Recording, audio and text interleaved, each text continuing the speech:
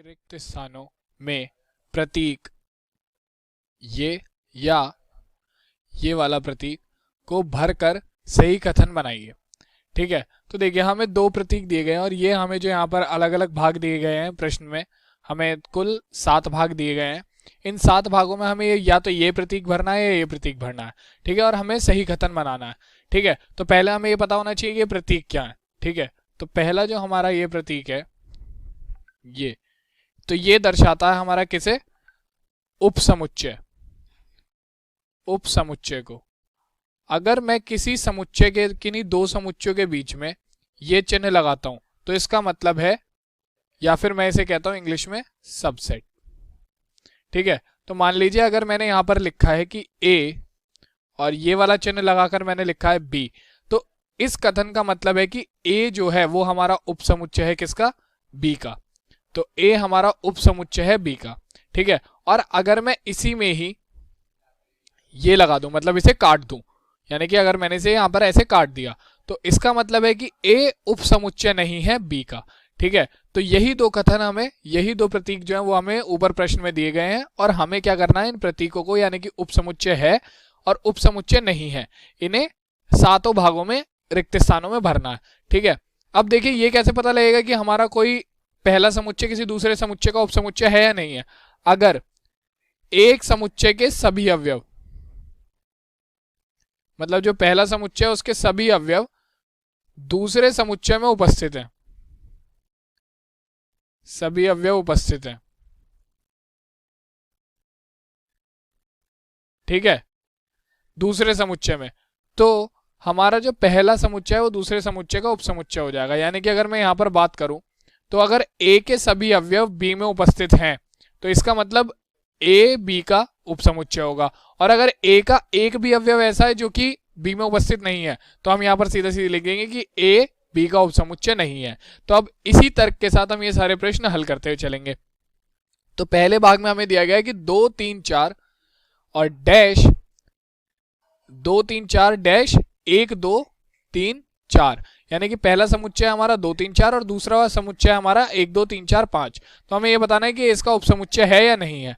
तो देखिए पहले समुच्चय के अवयव क्या है, 2 3 4, हम देखेंगे कि ये क्या दूसरे समुच्चय में उपस्थित है। हाँ, तो 2 3 4 उपस्थित है, तो इसका मतलब यहां पर जो हमारा चिन्ह आएगा वो कौन सा आएगा कि उपसमुच्चय है, यानी कि पहला जो समुच्चय है वो दूसरे समुच्चय का उपसमुच्चय है। तो यहां पर मैं लगा दूंगा उपसमुच्चय का चिन्ह, ये वाला। ठीक है, अब इस प्रकार चलते हैं हम दूसरे भाग पर। तो दूसरे भाग में हमें क्या दिया गया है, ए बी सी समुच्चय जिसके अवयव है ए बी सी, दूसरे समुच्चय बी सी डी का उपसमुच्चय है या नहीं है। अब देखिए यहां पर इसके अवयव क्या है, पहले समुच्चय के ए बी और सी, और दूसरे समुच्चय में अवयव क्या है, बी सी और डी। तो बी और सी तो दोनों में है लेकिन ए नहीं है दूसरे समुच्चय में। तो इसका मतलब है, मैंने क्या कहा था, उपसमुच्चय तभी होगा जब सभी अवयव उपस्थित होंगे दूसरे समुच्चय में, और यहाँ पर ए उपस्थित नहीं है। तो इसका मतलब है कि दूसरा वाले भाग में हमारा जो ये समुच्चय जिसके अवयव है ए बी सी वो उपसमुच्चय नहीं है, उपसमुच्चय नहीं है किसका, दूसरे वाले समुच्चय का जिसके अवयव है बी सी डी। ठीक है, अब चलते हैं तीसरे भाग की ओर। तो तीसरे भाग में हमसे कहा गया है कि समुच्चय जिसके अवयव है एक्स, एक्स इस प्रकार है, जो ये वाला हमारा ये दर्शाता है कि ये जो चिन्ह हमारा, ये चिन्ह दर्शाता है इस प्रकार को, इस प्रकार, यानी कि सच दैट, यानी कि यहां पर हमसे कहा गया है कि x इस प्रकार है कि x आपके विद्यालय की कक्षा 11 का एक विद्यार्थी है। ठीक है, और डैश के बाद हमें दिया गया है कि दूसरा समुच्चय x इस प्रकार है कि x आपके विद्यालय का एक विद्यार्थी है। ठीक है, अब मान लीजिए मैं दूसरे भाग के लिए यहां पर इसे आपको करके बता देता हूं। ये समुच्चय हो गया ए, इसके अवयव क्या है, इसके अवयव है कि कक्षा 11 का विद्यार्थी, कक्षा 11 का विद्यार्थी, कक्षा 11 का विद्यार्थी। ठीक है, और यहां पर डैश देके हमें क्या दिया गया है, एक बी समुच्चय जिसके अवयव है क्या, उस विद्यालय का विद्यार्थी। ठीक है, विद्यालय का विद्यार्थी। अब मुझे एक बात बताइए, विद्यालय में तो सभी कक्षाएं आ जाएंगी, विद्यालय में तो हमारी सारी कक्षाएं आ जाएंगी, कक्षा लेके नर्सरी से और 12वीं तक की सभी कक्षाएं आएंगी, तो 11वीं कक्षा का विद्यार्थी भी तो इस विद्यालय के विद्यार्थियों में से ही एक विद्यार्थी होगा। ठीक है, तो इसका मतलब यहाँ पर क्या कह सकते हैं हम कि ए जो है वो हमारा बी का उपसमुच्चय, यानी कक्षा 11 के विद्यार्थियों वाला समुच्चय जो है वो हमारा विद्यालय के विद्यार्थियों का उपसमुच्चय है। तो यहाँ पर चिन्ह कौन सा आएगा? उपसमुच्चय का। तो यहाँ पर मैं लगा दूंगा उपसमुच्चय का चिन्ह। ठीक है, अब चौथे भाग में हमसे प्रश्न में क्या कहा गया है कि एक समुच्चय जिसमें x इस प्रकार है कि x किसी समतल में स्थित एक वृत्त है। ठीक है, और x एक समान समतल में वृत्त है जिसकी त्रिज्या 1 है। ठीक है, इसे समझने के लिए देखिए मैं यहां पर लिखता हूं कि यह हमारा हो गया। ठीक है, एक तो हमारा हो गया कि कोई वृत्त है। अब ये वृत्त कितना भी हो सकता है, इसकी त्रिज्या कुछ भी हो सकती है, 1 2 3 4 10 12 16 सेंटीमीटर कुछ भी हो सकती है।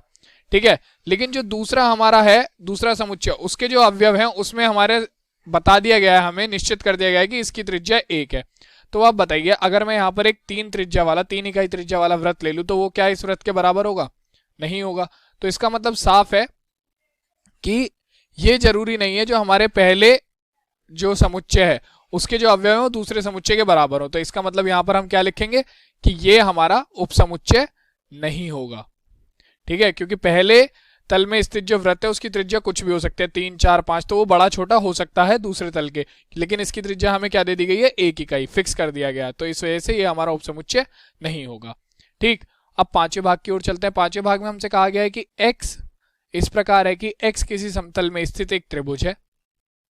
ठीक है, और डैश उसके बाद हमें दिया गया है कि दूसरा समुच्चय की समुच्चय x के अवयव इस प्रकार है कि x किसी समतल में स्थित एक आयत है।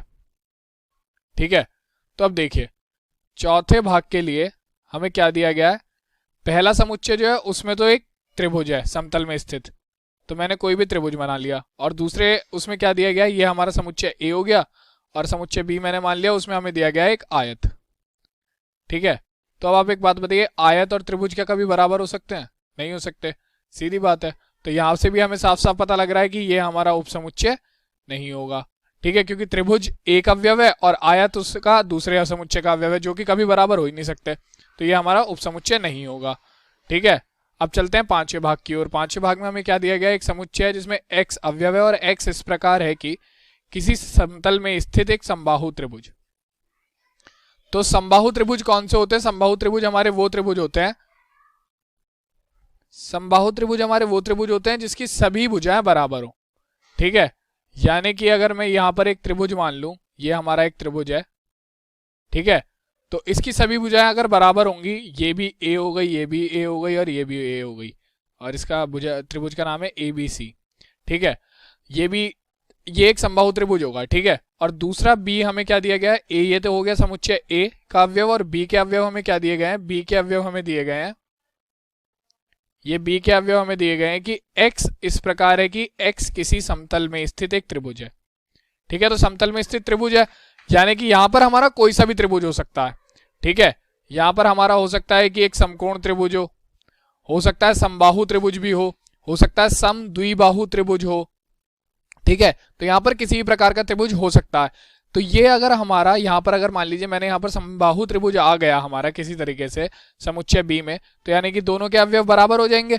तो इसका मतलब क्या होगा कि हमारा जो किसी समतल में स्थित एक समबाहु त्रिभुज है वाला समुच्चय जो है वो किसी समतल में स्थित त्रिभुज के समुच्चय के उपसमुच्चय होगा। ठीक है, और अंतिम भाग में हमें क्या दिया गया है कि समुच्चय में x इस प्रकार है कि x एक समप्राकृत संख्या है। ठीक है, और x एक पूर्णांक है। ठीक है, तो समप्राकृत संख्याएं, पहले तो हमें देखना है कि प्राकृत संख्या क्या होती है। प्राकृत संख्या होती है हमारी 1 से लेकर और अनंत तक की संख्याएं। ठीक है ना, और उसके बाद वो भी धनात्मक। ठीक है, और उसके बाद भी हमें सम कहा गया है। तो सम संख्या कौन सी होती है? जो 2 से विभाजित हो, तो 2 4 6 8 10 12 14 और ये जाएगी हमारी ऐसे ही अनंत तक। ठीक है, उसके बाद b हमें क्या दिया गया है? b एक समुच्चय दिया गया है जिसके हमारे क्या है अवयव, क्या है कि वह एक पूर्णांक है। तो पूर्णांक तो धनात्मक भी हो सकते हैं और ऋणात्मक भी हो सकते हैं, और वो भी कौन से? या माइनस अनंत से लेकर, और ये होता है हमारा माइनस के 1, 0, 1,2,3,4,5,6,7 और कहाँ तक जाएगा ये, धनात्मक अनंत तक।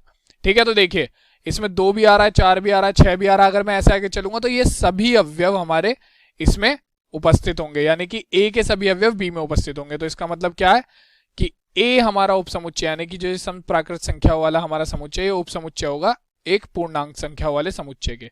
तो ये आ गया हमारा, यहाँ चिन्ह लग जाएगा कौन सा, उपसमुच्चय का।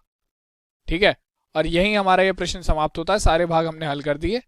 हमें जांच करके बताना है कि कौन सा कथन सत्य है या असत्य है। ठीक है, देखिए पहला क्वेश्चन जो दिया हुआ है, क्वेश्चन नंबर 1 जो है वो है कि ए बी, ठीक है, वो क्या है, सबसेट नहीं है, उपसमुच्चय नहीं है बी सी ए का।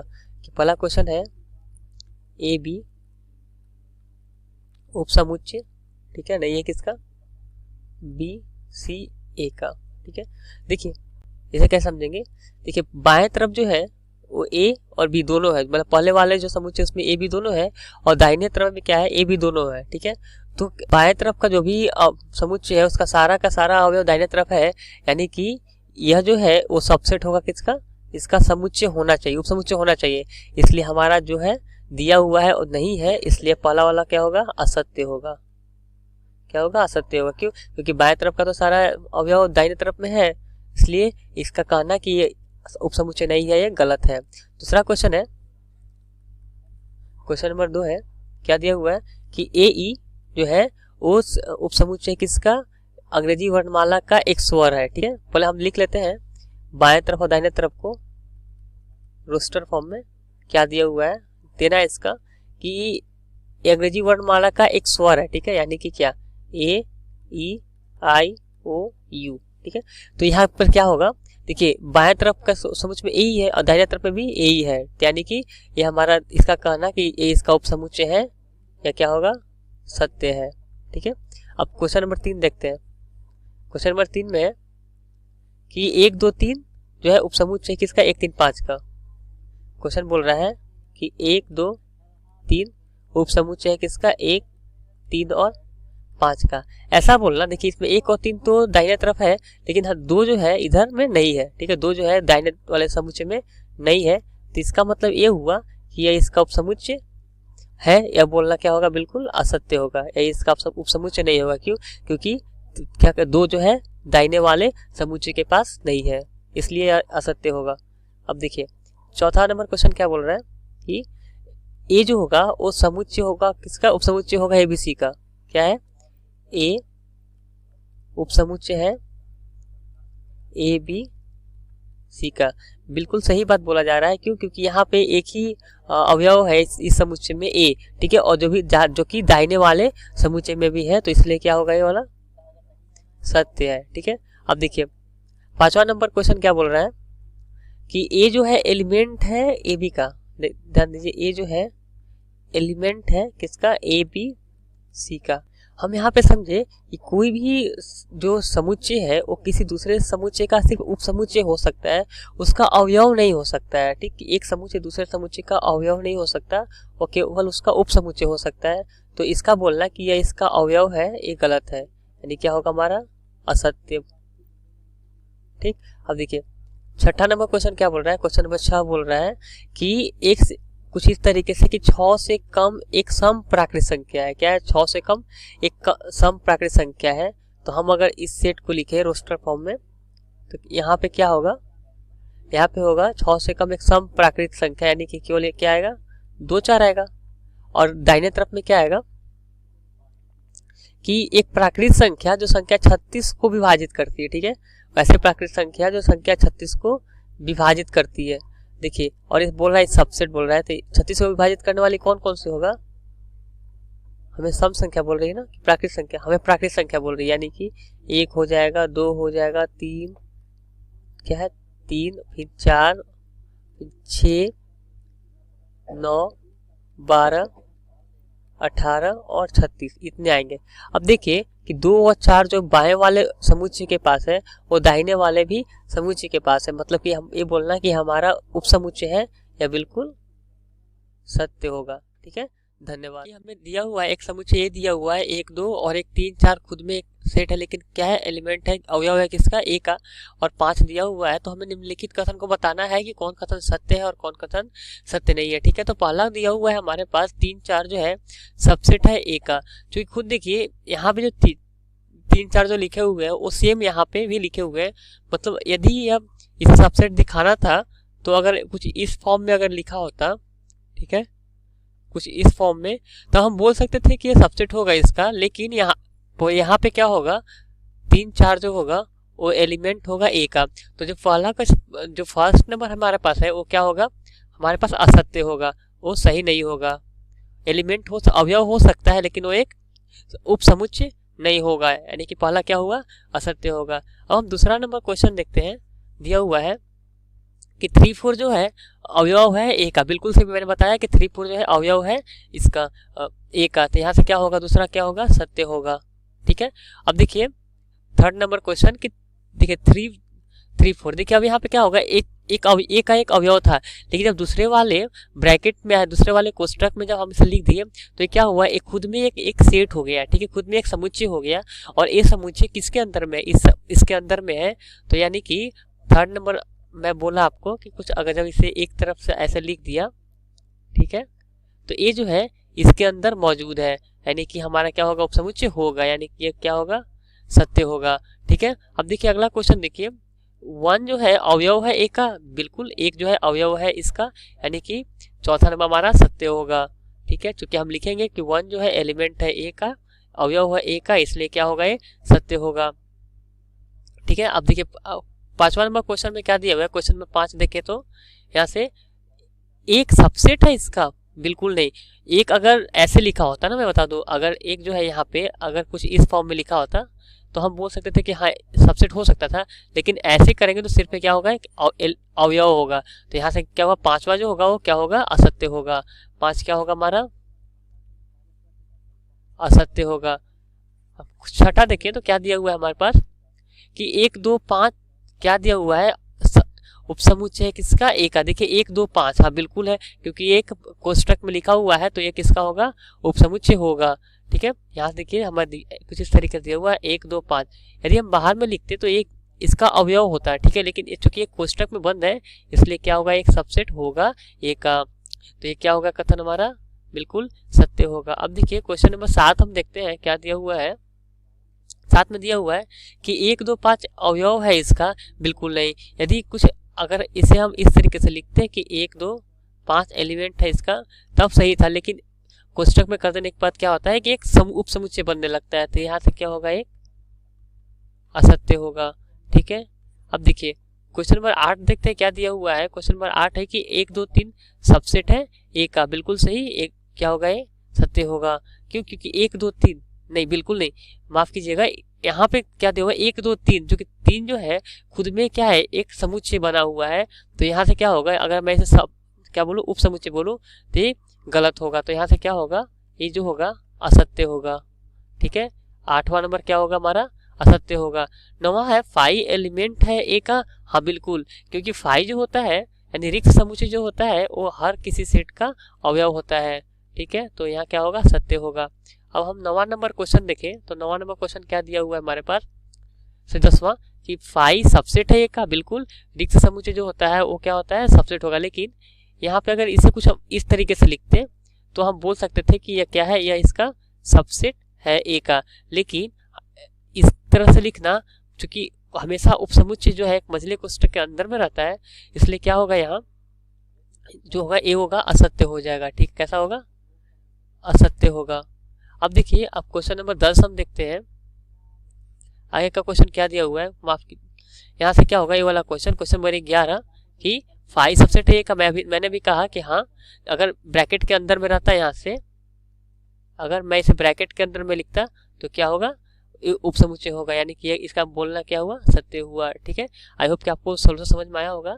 धन्यवाद दोस्तों। देखिए प्रश्न हमसे कह रहा है कि निम्नलिखित समुच्चयों के सभी उपसमुच्चय लिखिए। तो उपसमुच्चय क्या होता है, उपसमुच्चय वो होता है कि जिसका जो ये समुच्चय आपको दिया हुआ है तो उसके सारे अवयव इसमें होने चाहिए एक तरीके से। तो ठीक है, जैसे ए दिया हुआ है तो पहले पार्ट को हम देखते हैं ए। तो पहले पार्ट में हमारा है ए, ए दे रखा है, इसके उप समुच्चय क्या हो जाएंगे? एक तो फाई हो जाएगा, इसके अलावा इसका ए हो जाएगा खुद भी जो कोई समुच्चय होता है वो खुद का उप समुच्चय तो होता ही होता है, ठीक है।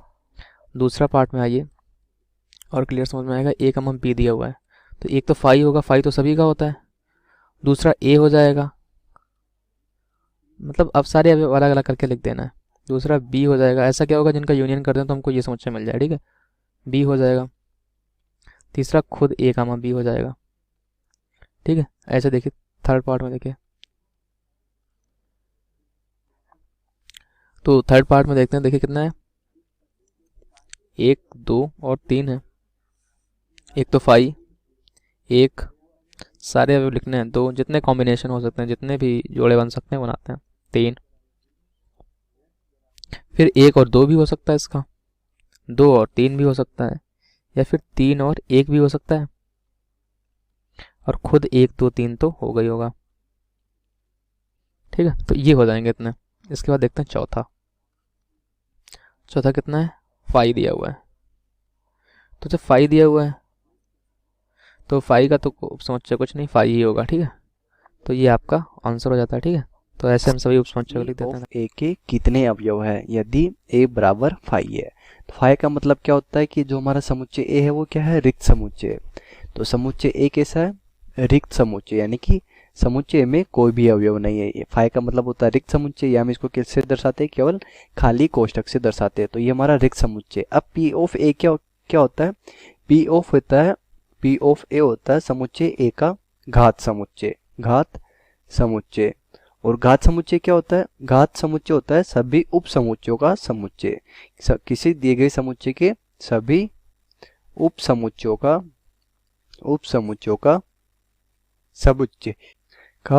समुच्चय हो जाएगा।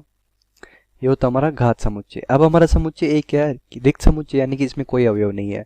तो इसका घात समुच्चय क्या हो जाएगा यहाँ से, तो इसका घात समुच्चय हो जाएगा सभी उप समुच्चयों का। तो रिक्त समुच्चय का केवल संभावित उप समुच्चय क्या होता है, वो भी क्या होता है, एक रिक्त समुच्चय होता है। यानी कि रिक्त समुच्चय केवल एक ही अवयव जो क्या होगा, घात समुच्चय में होगा। तो ये हमारा हो जाएगा घात समुच्चय। ये हम इसको किससे दर्शाते हैं, हम इसको दर्शा सकते हैं इससे कि केवल जो रिक्त समुच्चय वही क्या है, घात समुच्चय का मात्र एक अवयव होगा। तो हमें पूछा है कि पी ऑफ ए में कितने अवयव है, तो ये कितने हो गए, केवल एक अवयव हो गया, और वो क्या हो जाएगा, रिक्त समुच्चय। तो इसलिए हम बोल सकते हैं कि पी ऑफ ए में एक अवयव है, एक अवयव है। या हम इसको सूत्र की सहायता से भी समझ सकते हैं। यदि किसी समुच्चय में n अवयव है तो उसके घात समुच्चय में कितने अवयव होते हैं, वो बराबर होते हैं 2 की घात n। अब हमारा a क्या है, रिक्त समुच्चय है। तो रिक्त समुच्चय मतलब इसमें कोई अवयव नहीं है, यानी कि n का मान हो गया 0। तो यहाँ से घात समुच्चय में अवयव की संख्या कितनी हो जाएगी, 2 की घात 0, और किसी भी घात 0 उसका मान कितना होता है, 1 होता है। या इसको परिभाषा भी समझ सकते हैं कि जो घात समुच्चय होता है सभी उप समुच्चयों का समुच्चय, और रिक्त समुच्चय क्या होता है, प्रत्येक समुच्चय का उप समुच्चय हो जाएगा। तो रिक्त समुच्चय का जो समुच्चय होगा वो घात समुच्चय हो जाएगा। तो ये हमारा घात समुच्चय हो जाएगा, और केवल एक ही अवयव हो गया, वो रिक्त समुच्चय हो जाएगा। तो पी ऑफ ए में केवल एक अवयव है, पी ऑफ ए में केवल एक अवयव है, और यही हमारे प्रश्न का उत्तर हो जाएगा। धन्यवाद। स्वागत है। प्रश्न हमारे पास निम्नलिखित को अंतराल रूप में लिखिए, ठीक है। हमारे पास कुछ समुच्चय निर्माण रूप में लिखे हुए हैं, उसको मुझे उन समुच्चयों को अंतराल के रूप में लिखना है, ठीक है। तो पहला समुच्चय हमको क्या गया, ऐसे x का समुच्चय कि x क्या है, मेरी सभी वास्तविक संख्याएं, और जो x क्या है वो -4 से बड़ा तथा 6 से छोटा अथवा बराबर है, ठीक है। तो अगर इसको मैं अंतराल के रूप में लिखूंगा तो क्या हो जाएगा, चूंकि हमने क्या देखा, जो वास्तविक संख्या है, कौन सी वास्तविक संख्या है, जो -4 से बड़ी है, यानी कि प्रारंभ में ये वाला अंतराल मेरा क्या होगा, एक खुला होगा, क्योंकि -4 मेरे अंतराल में शामिल नहीं है। तो इसको मैं लिखूंगा -4, और अंतिम पद क्या होगा इसका, 6, क्योंकि 6 और 6 से छोटी सभी वास्तविक संख्या है, ठीक है। तो इसको क्या लिखूंगा, -6, और चूंकि 6 मेरे अंतराल में शामिल है क्योंकि ये छोटा अथवा बराबर है, तो इसको क्या लिखूंगा, 6 पे बंद, ठीक है। तो ये मेरा अंतराल हो जाएगा खुला बंद अंतराल। इसी प्रकार दूसरा अंतराल जो हमको दिया गया है क्या है, ऐसी वास्तविक संख्याएं जो -12 से बड़े और -10 से छोटे हैं। तो हम देख सकते हैं -12 तथा -10 दोनों ही मेरे अंतराल में शामिल नहीं है। इस प्रकार का अंतराल कैसा अंतराल होगा, एक खुला अंतराल होगा। किस प्रकार लिखूं इसको, -12 -10, ये मेरा इसका अंतराल हो जाएगा। इसी प्रकार तीसरा अंतराल अगर मैं देखूं क्या दिया गया है, ऐसी वास्तविक संख्याएं जो 0 से बड़ी है अथवा बराबर है और 7 से छोटी है। हम देख सकते हैं 0 चूंकि मेरे अंतराल में क्या है, शामिल है, तो उसको मैं क्या लिखूंगा 0, और 7 चूंकि मेरे अंतराल में शामिल नहीं है तो यहाँ पे क्या होगा, एक खुला होगा। इस प्रकार चौथा अगर अपना अंतराल देखो तो चौथे अंतराल में क्या दिया है, ऐसी वास्तविक संख्याएं जो 3 से बड़ी अथवा बराबर और 4 से छोटी अथवा बराबर है। तो यानी कि हम देख सकते हैं 3 तथा 4 दोनों ही मेरे अंतराल में शामिल है। तो ये अंतराल कैसा होगा, एक बंद अंतराल होगा जिसको मैं इस प्रकार से लिखूंगा। ठीक है, थैंक यू। निम्नलिखित अंतरालों का समुच्चय निर्माण रूप में लिखिए। देखिए कैसे लिखते हैं, समुच्चय निर्माण रूप में कैसे लिखते हैं। पहला उठाते हैं -3, 0, इसको लिखना है आपको। देखिए कैसे लिखेंगे, ये लिखेंगे एस एक्स है जबकि ये किससे बिलोंग करता है, रियल नंबर से। ठीक है, ठीक है, x is such that x belong. देखिए तो ये आएगा कोई रियल नंबर से, वास्तविक संख्याओं से आएगा कोई, कमा क्या होगा, -3 से ज़्यादा होगा एक्स। ठीक है, अब देखिए यहाँ पे ओपन इंटरवल ही है, अगर क्लोज इंटरवल होता तो हम बराबर भी लगाते, लेकिन ओपन इंटरवल है तो -3 से ज़्यादा होगा और 0 से कम होगा। ठीक है, ये हो गया समुच्चय। दूसरे समुच्चय में आते हैं, ये कह रहा है 6 से 12। अब देखिए यहाँ पर क्लोज इंटरवल लगा हुआ है तो वही यहाँ पे लिखेंगे एक्स है जबकि एक्स कहाँ से आता है, रियल नंबर से, वास्तविक संख्या से आता है, और जो होगा 6 से बड़ा या उसके बराबर होगा। देखिए ग्रेटर इक्वल टू लगेगा क्योंकि यहाँ पर क्लोज ब्रैकेट लगा हुआ है, और जबकि ये 12 से कम होगा या उसके बराबर होगा। ठीक है, तीसरे पे जाते हैं, तो वो भी 6, 12, तो ये गलत लिख गया है। ठीक है, तो हम चौथे पे चले जाते हैं, -23, 5। देखिए कैसे लिखेंगे, फिर से वही लिखना है, एक्स है जबकि एक्स कहाँ से है, आर वास्तविक संख्याओं से लिया गया है, और क्या है, -23 से ज़्यादा है या उससे बराबर है, क्योंकि क्लोज ब्रैकेट है इसलिए मतलब ज़्यादा का बड़े का निशान या बराबर का निशान लगेगा एक्स, और ये छोटा होगा या बराबर होगा 5 के। ठीक है, दोनों तरफ क्लोज था इसलिए लगा दिया। अगर एक तरफ भी ओपन होता तो जिधर ओपन होता उधर केवल बराबर का निशान नहीं आएगा। ठीक है, तो यही हमसे पूछा था उसने, यही हमारे उत्तर हो गए। ठीक है, एक उत्तर ये हो गया, एक उत्तर ये हो गया और एक उत्तर ये हो गया। ठीक है, 3 उत्तर उसने हमसे पूछे हुए थे। धन्यवाद। एक रिपीट कर दिया था 6, 12 और 6, 12, तो उसको हमने छोड़ दिया। ठीक है, तो ये आपके उत्तर हो गए। धन्यवाद। देखिए प्रश्न में हमसे कह रहा है निम्नलिखित में से कौन सा सार्वत्रिक समुच्चय के लिए प्रस्तावित करोगे। एक समुच्चय बताना है जो सार्वत्रिक समुच्चय हो जाए, किसका, एक समकोण त्रिभुज का समुच्चय है और एक है आपका समद्विबाहु। तो पहला देखिए समकोण त्रिभुज, ये क्या होता है ये जान लीजिए। समकोण त्रिभुज वो त्रिभुज होता है जिसका एक एंगल 90 डिग्री का होगा, आपका ये 90 डिग्री का होगा। ठीक है, ABC। फिर कह रहा है समद्विबाहु त्रिभुज,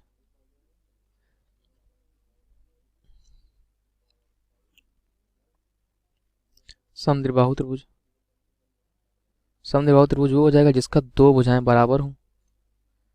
ठीक है, ABC यानी AB बराबर BC।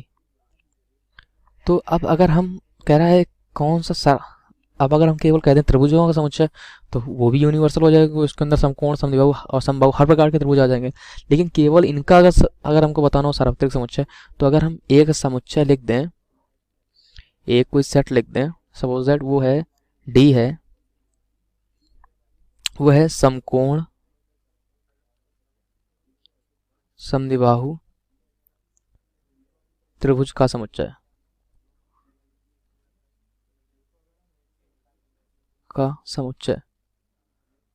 अब देखिए ये क्या हो गया, समकोण समद्विबाहु त्रिभुज का समुच्चय। तो समकोण समद्विबाहु त्रिभुज का समुच्चय क्या है, इसमें समकोण त्रिभुज आ जाएंगे, हाँ समकोण त्रिभुज आ जाएंगे, समद्विबाहु त्रिभुज हाँ आ जाएंगे। और समकोण समद्विबाहु त्रिभुज कैसे होता है, वो कैसा होगा, वो देखिए ऐसा होगा, कुछ इस प्रकार का होगा, जिसमें ये A होगा, B होगा, C होगा। ठीक है, अब ये कोण इसमें 90 डिग्री होगा और इसमें AB बराबर BC होगा। ठीक है, देखिए सारी कंडीशन हो गई, इसमें 90 डिग्री का एंगल आ गया, AB बराबर BC भी आ गया। तो समकोण समद्विबाहु त्रिभुज का जो समुच्चय होगा वो हो जाएगा आपके लिए कैसा, वो आपके लिए हो जाएगा एक यूनिवर्सल समुच्चय। ठीक है, तो यही आपको बताना था, यही आपका उत्तर हो गया। हेलो दोस्तों, देखिए प्रश्न में हमसे कह रहा है 4 समुच्चय दिए हुए हैं, ए बी सी और डी, नहीं 3 ही दिए हुए हैं, ए और बी और सी। अब कह रहा है इनमें से जो विकल्प दे रखे हैं फर्स्ट सेकंड थर्ड फोर्थ, इनमें से कह रहा है कौन से समुच्चय हैं जो सार्वत्रिक समुच्चय के लिए आ सकते हैं। तो सार्वत्रिक समुच्चय क्या होता है, यू जो होता है ये होता है सॉरी ऐसा समुच्चय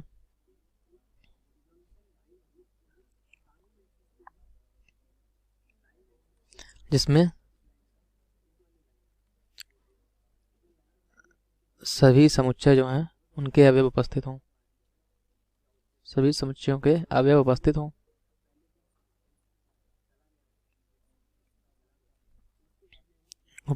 ठीक है, ये होता है। तो अब देखिए अगर हम पहले पार्ट को देखें, फर्स्ट को, तो फर्स्ट क्या दिया हुआ है, 0 1 2 3 4 5 और 6 ये दे रखा है। अब एक के देखिए 1 3 और 5 हैं, हाँ है, बी के 2 4 6 हैं, सी के 0 2 4 6 8 नहीं है, तो इसमें बराबर हम लिख देते हैं यहाँ पर, चूंकि सी के अवयव नहीं है, अतः ये जो है 0 1 2 3 4 5 6 सार्वत्रिक समुच्चय नहीं होगा, सार्वत्रिक नहीं होगा। ठीक है, दूसरे पार्ट में जाते हैं। 5 दे रखा है, तो 5 में तो कोई अवयव ही नहीं है, तो ये भी नहीं होगा। ठीक है, ये उत्तर हो रहे हैं आपके, पहला सार्वत्रिक समुच्चय नहीं होगा, दूसरा भी नहीं होगा। ठीक है, तीसरे पे जाते हैं अपन। तीसरे में देख लेते हैं, तीसरे में तो दे रखा है बहुत सारे हैं, 0 1 2 3 4 5 6 1 8 9 और 10। अब देखिए ए के अवयव 1 3 5 हैं, 2 के 2 4 6 हैं, सी के 0 2 4 6 8 हैं। तो जब ए बी सी सभी के अवयव हैं तो ये सार्वत्रिक समुच्चय है। ठीक है, ये एक सार्वत्रिक समुच्चय है। ठीक है, तो इसको हम येलो कर देते हैं, ये आपका सार्वत्रिक समुच्चय होगा। इसके बाद देखिए चौथा देख लीजिए, चौथे में देख रहे हैं हम 1 2 3 4 1 से लेकर 8 तक दिया हुआ है, 8, लेकिन इसमें भी अब देख लीजिए आप 0 नहीं है, चूंकि शून्य नहीं है, अतः ये भी सार्वत्रिक समुच्चय नहीं है। ठीक है, और आप पूछ क्या रहा था, वही पूछा था कौन कौन सार्वत्रिक समुच्चय के लिए जा सकता है, तो आप बता दीजिए। केवल एक है जो सार्वत्रिक के लिए जा सकता है, और वो कौन सा है आपका, ये जो मैंने ग्रीन से कर रखा है, ये आपके सार्वत्रिक समुच्चय के लिए जा सकता है। ठीक है, सार्वत्रिक समुच्चय वो समुच्चय होता है जिसमें बाकी सभी के अवयव उपस्थित हों। ठीक है, तो ये हो गया वो। धन्यवाद।